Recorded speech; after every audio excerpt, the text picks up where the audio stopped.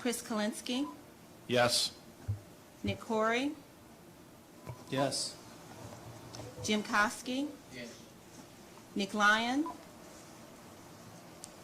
Yes. Mike McDaniel, Yes. Bryant Nolden, Yes.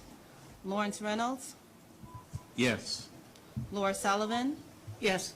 Mark Valakat, Yes. Vicki Van Buren, Karen Weaver, Yes. Brian Winston, Yes. Mike Zimmer, Yes.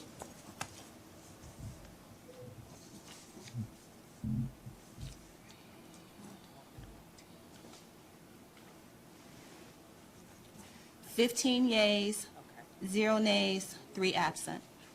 Thank you, Stacy. Let's go to the second section on cost control and cost recovery. Okay, so under cost recovery, first, establish a statewide policy regarding non-revenue water, including leakage and loss, and requirements for system auditing, reporting, and remediation.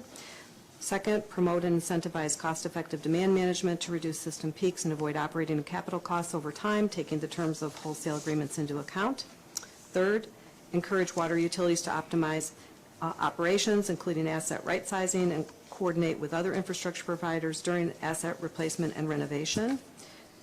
Fourth, encourage water utilities to adopt generally accepted policies and practices for the equitable allocation of costs associated with water utility capacity requirements. Fifth, encourage water utilities to build reserve or contingency funds consistent with generally accepted policies and practices related to capital asset management and emergency planning. And sixth, accelerate the replacement of lead service lines with funding by various means to mitigate cost impacts on water ratepayers, particularly low-income households. Okay, may I have a motion to accept Section 2 as a... So moved. So moved by Commissioner Nolan. Second. Second by Keith Craig. Any discussion on Section 2? Seeing none, may we have a roll call? Stacy? Keith Craig, Yes. Mark Edwards, Mona Hanna-Attisha, Harvey Holland, Yes. Sylvester Jones, Chris Kalinsky, Yes. Nick Corey, Yes. Jim Kosky, Nick Lyon, Yes. Mike McDaniel, Yes. Bryant Nolden, Yes. Lawrence Reynolds, Yes. Laura Sullivan, Yes. Mark Valakat, Yes. Vicki Van Buren, Karen Weaver, Yes. Brian Winston, Mike Zimmer. Yes. 15 yeas, 0 nays, 3 absent. Thank you, Stacy. Section 3, rate and rate structures. All right. First, advance adoption of just and reasonable rate structures that are legally defensible and promote universal and affordable access to essential water services, including lifeline rates, increasing block rates, and minimum bills with a water usage allowance. Second, require all water, wastewater, and stormwater utilities to publish tariffs annually and file them with a designated state agency to ensure transparency and accessibility. Third, encourage more transparent, inclusive, and participatory processes for establishing water rates and rate policies at the community level. Fourth, encourage refinement of cost of service studies in order to improve the efficiency and equity of cost allocation and price signals across and within customer classes, residential, commercial, and industrial. Fifth, promote ratepayer accountability and encourage water utilities to recognize prompt and complete payment behavior. Sixth, remove legal barriers to rate design under the Headley Amendment and Bolt decisions and shield water utilities from frivolous legal challenges by redefining the cost of service in terms of public health protection. May I have a motion to approve this section? So moved. So moved by Commissioner Nolan. Second. Second by Eric Scorson. Any discussion on this section? General McManus. Thank you. Yeah. Yeah. I don't understand 3.6. Maybe it's just the way it's worded there. And I heard you hesitate, ma'am. Right. Should there be the word decisions as in court decisions after bolt? Yeah, I'm going to check, there might have been, to see whether it's in the written document. And then it seems like there needs to be a comma there, because when I read it through without and didn't realize that it was sort of a Yep. preliminary clause there. It was pretty confusing to me. Exactly. I think in the editing, I think we need to say the bold, court decision, comma, and shield water utilities from frivolous legal challenges. And that issue, by the way, is getting national attention. There was just a report that came out this week on that very issue, that nationally you see these legal constraints on having flexibility to consider affordability and rate making. Keith. Harvey, just tag on that, Doctor, is it fair to say that there was fairly extensive conversation around the Bolt decisions on the infrastructure subcommittee, that it was an impediment to refinancing, if you will, and on the rate structure? Yes, and also in Detroit. So you're absolutely right. This is an issue getting a lot of attention. So the question is, how much can you do within the existing legal framework? How much may you, will you eventually down the line need some additional legal authority, state policy, possibly even a constitutional amendment to allow for the flexibility, not to dictate the policy, but to allow for more flexibility and protect communities from lawsuits? So 3.6 would be very consistent with some statewide comprehensive conversations that are occurring. Absolutely, I think so. I think we'd agree, right? We have an amendment to Section 3.6. Commissioner Nolan, since you offered the motion, is it okay for us to have a friendly amendment to it? Absolutely. So it would read both court decisions, comma, and shield? Okay. All right. With that, any other discussion on Section 3? Seeing none, Stacy? Roll. Keith Cray, Yes? Mark Edwards, Monahan Atisha, Harvey Hollins, Yes. Sylvester Jones, Chris Kalinsky, Yes. Nick Horry, Yes. Jim Kosky, Nick Lyon, Yes. Mike McDaniel, Yes. Bryant Nolden, Yes. Lawrence Reynolds, Yes. Laura Sullivan, Yes. Mark Valakat, Yes. Vicky Van Buren, Kieran Weaver, Yes. Brian Whiston, Yes. Mike Zimmer. Yes. 15 yeas, 0 nays, 3 absent. Thank you, Stacy. Section 4, affordability and consumer protection. First, redefine water services and the cost of service in terms of the utility's obligation to provide affordable access for the protection of public health. Second, establish statewide water disconnection or shut-off rules and standards consistent with public health, that should say protection, and a business case for compassion. Third, promote the development of efficiency programs such as leak detection and fixture replacement as a means of targeted assistance to low-income households with authorized recovery of costs through rates. Fourth, enable water utilities to offer payment plans, including plans with arrearage forgiveness or bill discounts that facilitate payment compliance and reduce utility collection expenses. Require all water, wastewater, and stormwater utilities to publish tariffs annually. And you know what? That's already up above, so that should be deleted. Second sentence. Fifth, develop protective policies for water ratepayers who are renters, including regulation of submetering and penalties on landlords for non-payment of water bills from rental income. Sixth, establish an independent statewide appeals process for consumer complaints as well as processes for resolving disputes over service quality and rates as an alternative to legal remedies. Seventh, require remediation action plan for utilities that fail to meet service quality standards and regulations. Okay, may I have a motion to approve this section? I so move, but with 2 proposed amendments. Sure, let's get a second first. I'll second it. Okay, so General McDaniel's motioned and second by Commissioner Nolan. Okay, General McDaniel's discussion? Yes, as to recommendation 4.2, that the word projection be deleted and replaced with the word protection.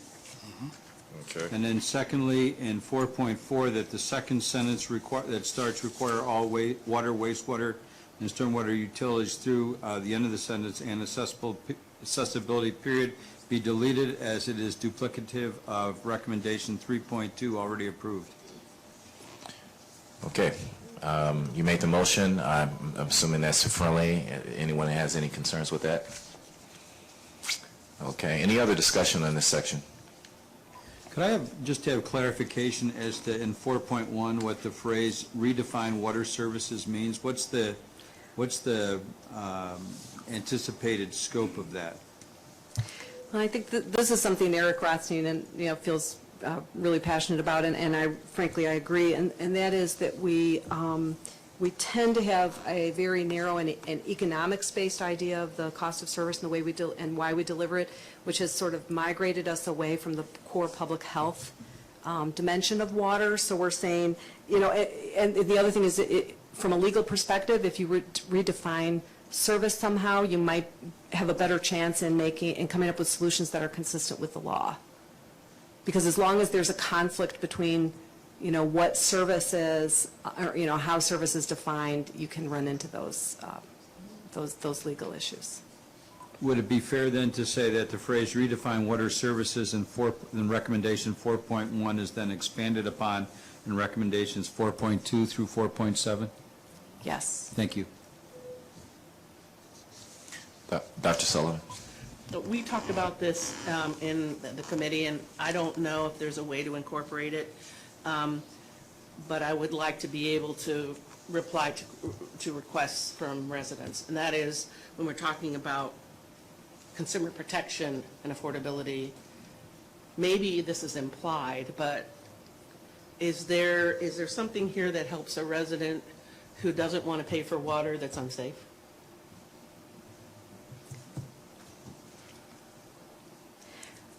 That's a great question. I think it might be implicit in the idea of a dispute resolution process.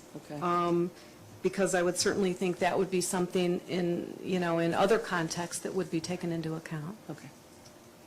If I could just comment, continue the discussion, Go ahead. Mr. Hollins. I would be loath to indicate that directly, because I think we're trying to build consensus around these recommendations. But I do believe, Dr. Sullivan, that it's implicit in 4.4 and 4.6. Thank you.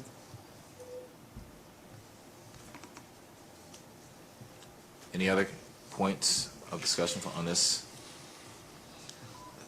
Seeing none, Stacy, roll call, please. Keith Cray, Yes. Mark Edwards, Mona Hanna Atisha, Harvey Hollins, Yes. Sylvester Jones, Chris Kalinsky, Yes. Nick Corey, Yes. Jim Kosky, Yes. Nick Lyon, Yes. Mike McDaniel, Yes. Brian Holman, Yes. Lawrence Reynolds, Yes. Laura Sullivan, Yes. Mark Valiquette, Yes. Vicki Van Buren, Karen Weaver, Yes. Brian Whiston, Yes. Mike Zimmer, Yes. 15 yeas, 0 nays, 3 absent. Okay, thank you, Stacy. And the very last section is general state policies and incentives. Dr. Beecher? First, align and link state incentives such as grants and loans to utility performance improvement goals, including cost control, utility performance improvement goals, including cost control, asset management, operational efficiency, and cost-effective regional solutions. Second, support water utilities in developing technical, managerial, and technical, managerial, and financial capacity consistent with state water policy goals. Third, require testing for and disclosure of lead risks in service lines and premise plumbing at time of property transfer. Fourth, consider establishing state permit fees for large volume withdrawals by entities other than public suppliers and devote these funds to water regulatory programs. Fifth, develop policies that recognize the unique affordability challenges and public health risks associated with community poverty, fiscal distress, emergency management, and population loss. And population loss was added by Professor Edwards. Sixth, consider institutional mechanisms equivalent or comparable to economic regulation to promote transparency, accountability, and sound practices with a level of oversight based on system conditions and capacities, and opt-in or opt-out provisions as appropriate. So we have section 5. May I have a motion to approve this? I'll move it with any necessary corrections. Okay. Support has been moved by Commissioner Nolan and supported by Jim Kowski. Any discussion on this section? Could I offer a friendly amendment? Yes, sir. That in recommendation 5.2, it be revised to read, support water utilities in developing technical, managerial, and financial capacity consistent with state water policy goals, which would require deleting the second use of the word technical and replacing it with the word financial. Okay. I will accept that friendly amendment. Thank you. Any other points of discussion on this? General McDaniel. Again, just for clarification, in 5.4, there's a reference to large volume withdrawals by entities other than public suppliers. Does that include any use of the state's groundwater? Well, I think, again, we're giving a broad recommendation to consider, potential funding or taxation instruments to extraction fees to support sound environmental and public health regulation, and that just seems like a logical one, so we just put out there for consideration. It seems logical to me as well. I just wanted clarification. Dr. Reynolds? Might I add to that, I'm very concrete, so when I hear someone pays $250 a year for a permit to withdraw, 400 gallons of water per minute, while we may be paying more for bottled water than for gasoline, and our water rates are going up, it's a cause for concern. So pardon me for being so concrete. Apology accepted. I agree with you. Any other discussion on Section 5? Hey, Harvey, just, Oh, can go a ahead. voting member ask a question? Absolutely. It's 5.6. Can you provide an example of what that, I guess, looks like when we consider what those items might mean? Can you give an example, please? Yeah, so we had a fair amount of discussion about this because, as you know, my background's in economic regulation. So, and Michigan's one of the states that does not have authority vested with the PSC for water systems. But that said, the tools used in economic regulation are often adopted and adapted to, to other sectors. And in some states, they even, Indiana, for example, actually has a provision where large municipalities can opt into economic regulation by the PSC. Now, they have to pay a fee for it, and they have to abide by those rules and regulations. That's one option. But on the other hand, there's also, again, there's uniform systems of accounts, there's practices, there's auditing practices, there's tools already out there that could be adopted not necessarily through a regulatory process, but through a capacity development process or other public policies. So, and even education, right? Even just getting out into the field, something Eric and I have talked about, maybe providing workshops and things. So short of full-blown economic regulation, there's some things you can do. But we thought we'd be remiss without mentioning that there are economic regulatory frameworks and tools. Captain Kolensky. On 5.5, I have a question, because in it we're talking about affordability challenges as well as public health risks, and the term emergency management is used in the end of the sentence. So I think the clarification of, are we talking fiscal emergency management? Are we talking emergency management in the context of natural disasters? So I just think that needs to be clarified a little bit. Or is it both? Go ahead, take a step. I would actually say, from my perspective, stepping back and looking at the experience in Flint and frankly in other places that have experienced the unexpected, I think when there is an emergency, there should be some alarm bells that go off about ensuring that public health and environmental protections are going to be in place as you weather that particular storm, whatever it might be. So that's a really good question. I don't think we really defined it here, but I'm actually comfortable with it being the generic emergency. But I would just maybe offer up, because you already talked about fiscal distress, that maybe changing that to emergency and disaster management, and I think that would put context to it. Yeah. I agree. Commissioner Nolan, is that a friendly amendment? Yes. Thank you. Yes. Very friendly. Fiscal distress, emergency, and disaster management. That's how you had it? Yes, Okay. emergency, just add and disaster Okay. management. Hey, Harvey, I have one more. So 5.3, request, or the required testing for and disclosure of lead risks in service lines and premise plumbing at time of property transfer. Can I ask why just lead? Where are you going with that? Just, Should it be more generic? If I can, because I had the same question, should it include, for example, copper? or Yeah. galvanized. Yeah. Perhaps you could say, lead or other identified risks or something, sorry. Well, I think, regulated, But today we're talking about lead and copper, right? Yeah. Tomorrow might be something different. right. Okay. I would say, other disclosure of relevant risks or something like that, and that could be determined by appropriate agencies. Anyone want to? Harvey, can I add to the conversation here? Go ahead, George. I think while I appreciate the comments that have been made, I think we need to consider what we're trying to achieve here.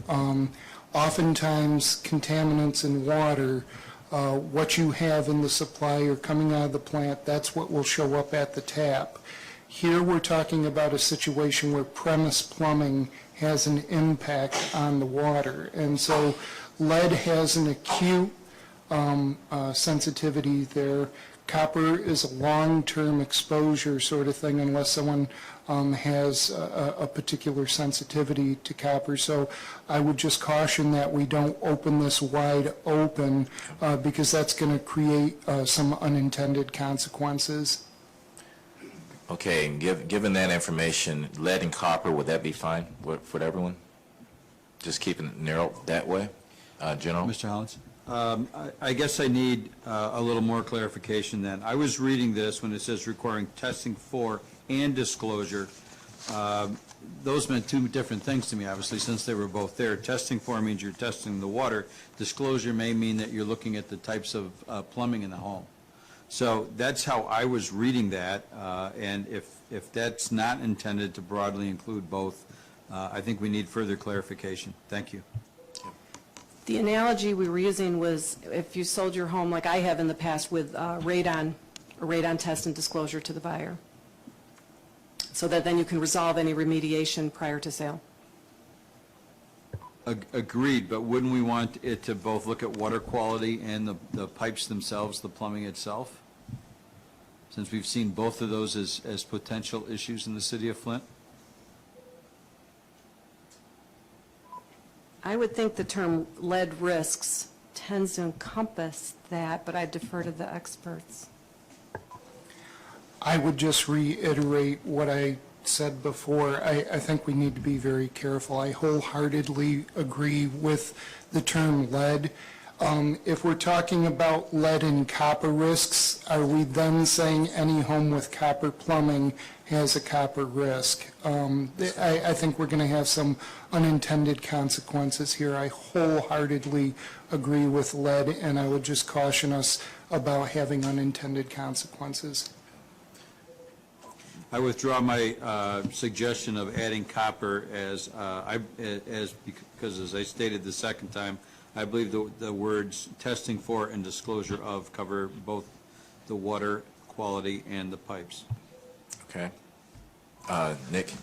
So when it talks about the public health risks associated with community poverty, is this intended to bring in all health inequities that are associated with poverty? I hope.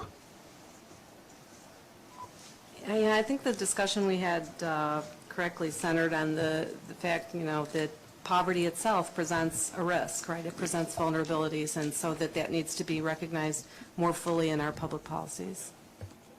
Dr. Reynolds? As a member of the Environmental Justice Work Group, there's the concept of cumulative impact, and so in some communities, one issue may not have the same impact as others, and the intention is to address that, because poverty does prevent the municipality as well as the individual from addressing those problems. Okay. All right, we have the motion amended and the discussion had on this issue, on this particular section. So Stacy, roll call, please. I'm sorry, Mr. Hollins? Go ahead, General. Yeah. Could we have just a statement of what, because we've had so much discussion, could we have a statement of which amendments have been accepted? Okay, so the amendments that have been accepted, there's only one that I have, actually two. On section 5.2, we have, it reads, support water utilities in developing technical, managerial, financial capacity, and financial capacity with state water policy goals. So we eliminate the word technical and put financial. And then the last amendment we have is in section 5.5, where it now reads, develop policies that recognize the unique affordability challenges and public health risks associated with community poverty, fiscal distress, emergency and disaster management, and population loss. Okay? Those are the two amendments we have. Any other questions? All right, Stacy, roll call. Keith Craig, Yes.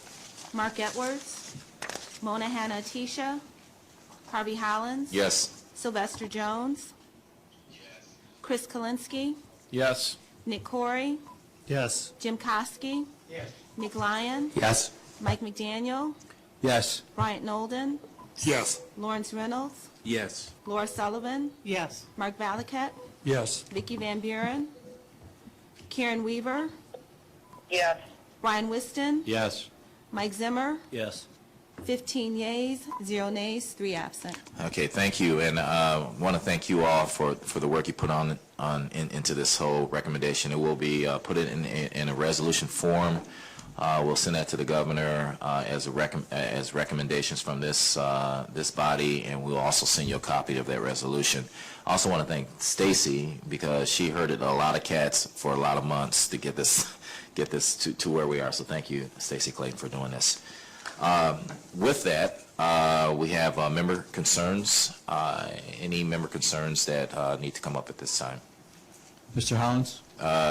General McDaniel. Thank you. I feel compelled to circulate back, or circle back to the comments that were made about the recommended water source selection for the city of Flint. We've discussed this a number of times, and I think we need to keep discussing this until we get movement on this. As I understand it, based upon previous readings and upon the report today from Mr. Rich Baird, the city is losing $600,000 a month based upon the statement that the mayor made the recommendation to the city council in April. That means $1.8 million have literally gone down the drain. To put that into context, that would be 360 extra service lines that I could have replaced, which is roughly 15 entire city blocks, giving the average of homes that we do on each street on a city blocks. So that is money that is just hasn't been spent on anything else. It's just been wasted, and it could have been used for a very constructive purpose, which the city needs if the city council had acted sooner. Again, we are losing approximately 120 service lines that we could have replaced per month. This money isn't being used for any other project. It is just being lost, and it's being lost to the detriment of the citizens of the city of Flint. And having been out there almost daily for the last year, I feel very strongly that this is not in the best interest of the city and its residents. Thank you. Thanks. Any other concerns, Doc? Okay. Okay. Yes, I support General McDaniel because once again I appreciate seeing those changes in my neighborhood, and it's essential. You must remove the source of lead. But we do have some other issues related to the court ruling that may lead to closure of pods, and we also have the larger issue of policies that will govern school water. And if we can get some clarification on when and how that will be addressed, that would be helpful to the residents of Flint. So we have Rich Baird and also Superintendent here. So, Rich? So, Dr. Reynolds, I share your concern. As you know, even over the last couple of weeks, members of my team and I have met with you and members of the medical society to understand the medical community's issues. We have a meeting scheduled next week with the mayor, concerned pastors who were part of the original mediated settlement, and we are absolutely discussing alternatives. Just because the state has the ability to close the distribution centers by September does not mean that there can't be an adjustment based on the needs, desires, and hopes of the community. So I would ask that you have just a little bit of patience. Let us work with the stakeholders in the community, and God willing, we'll come back with a solution that will address the concerns that have been expressed. Mayor Weaver, I don't know if you're on speakerphone. I don't know if you had anything to add maybe from here with Rich Beard just said. I wanted to add something to what General McDaniel said, as well as Rich Beard, and I wanted to thank General McDaniel for putting that the holdup in perspective as far as the money that we're losing and what could be done and why it's so important that we get this moved forward.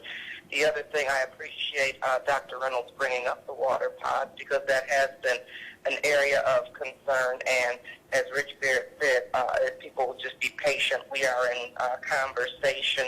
We've heard what the community has said, and we have some of those same concerns, and so we will be addressing this, just like Rich said, very, very shortly next week.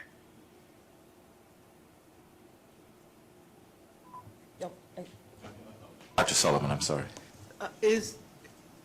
So I hear that there's going to be a meeting to discuss this. Obviously, the residents are very nervous about it, and I'm nervous about its impact on water in the schools.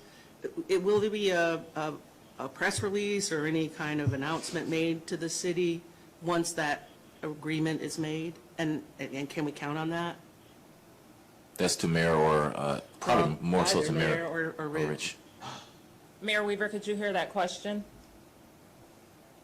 I couldn't hear all of it. It was, how would the residents be made aware of what comes out of the meeting? We would let them know. I mean, after we have the meeting, we're going to come and let the community know what's happened. It won't be a secret. Yeah, I would echo that.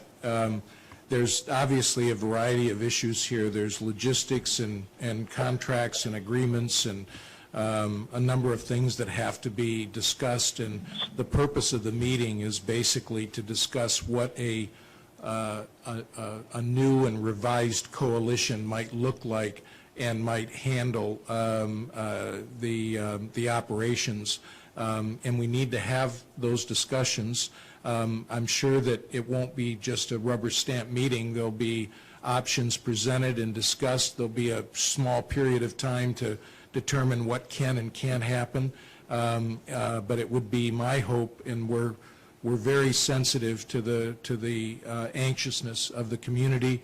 And I would just echo Mayor Weaver's statement that this is no time to be lengthy or bureaucratic. It is a time to be creative and transparent, and that's our full intention. Dr. Pugh? And just to reiterate what I said in the opening statements, Dr. Sullivan, you've been a part of that, but I do want to make sure that all of the recommendations and the discussions that we've had as a medical, technical, and public health community has gone to the mayor. We've even had an opportunity to talk to Rich Baird and deliver those concerns that we have, as well as some potential recommendations that we will even be discussing with the school district. Okay. Any other concerns? Okay, seeing none, we're at the end. The next meeting is scheduled, and I want to underline the word scheduled, for September the 15th, and we'll make a final determination sometime in August. The subcommittee on the rates was pretty much the last active subcommittee. We did have a policy group looking at the landlord-tenant arrangements. I'm not sure where they stand. But if it doesn't warrant another meeting in September, we'll let this group know well in advance, because you all have busy schedules, so you can clear it. But right now, there's nothing real pressing. I'm going to tell you that right now, unless something comes up from one of the committee members where we can put it on an agenda and then have the meeting in September. So that's where we stand. September, it will be, if we do the meeting, it'll be at the MSU building in Flint. So with that, I think we're adjourned for today. Thank you.